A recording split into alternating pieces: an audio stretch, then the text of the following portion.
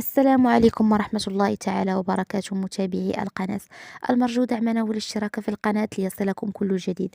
واحد الخبر صادم للجزائريين من بعد ما جاء رئيس الفيفا للمغرب وشاف الافتتاح الخيالي وشاف الافتتاح المبدع المبهر اللي بهر العالم بإسره من حيث الثقافة ومن حيث حسن الاستقبال ومن كل شيء من جميع النواحي، لا سواء الناحية الثقافية والفكرية والصناعية. والمغرب شاف البنية التحتية وشاف ما يمتلك المغرب من قدرات.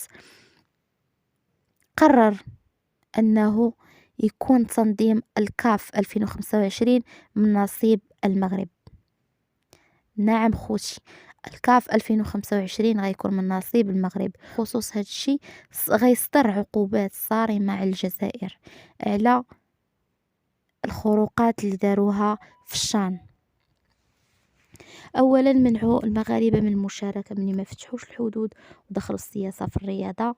وثانيا من الرشوه اللي اعطتها الجزائر باش تبقى الفرقه ديالها مشاركه وتفوز بالشان. نعم، الكراغيله معروفين بالرشوه ومعروفين ببلا بلا بزاف، فيهم قوة الهضرة بزاف وفيهم الرشوة. هادشي علاش كتسناهم واحد العقوبات اللي غتهرس ليهم النيوفة ديالهم الارض وغتمسح بالكرامة ديالهم. نعم السي، هادشي اللي كاين. وبطبيعة الحال الجزائريين كيقارنوا داك الشان اللي حالينو بميكي ماوس. ميكي ماوس يا لهوي، ميكي ماوس رسوم حيت عقلهم هما اصلا نص عقل، ما عندهمش حتى العقل.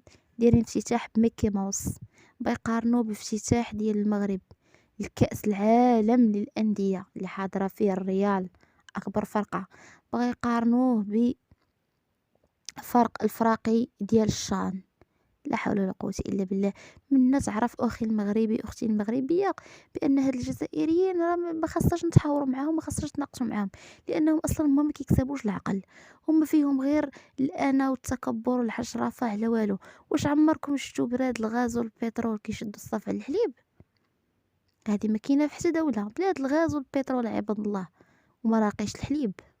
حليب حنا عندنا شتي كاع ما كنشدوا عليه الصف اصلا، هما كيشدوا عليه الصف ما لاقينوش. وكيبقى يخرج عينيه في التعاليق في الكومنتيرات، بقى يقول لك يحيى تبون، يحيى شنقريحه، يحيى. لا حول ولا قوة الا بالله، لا حول ولا قوة الا بالله. خوتي خواتاتي كنقول لكم السلام عليكم، خليتكم في امان الله.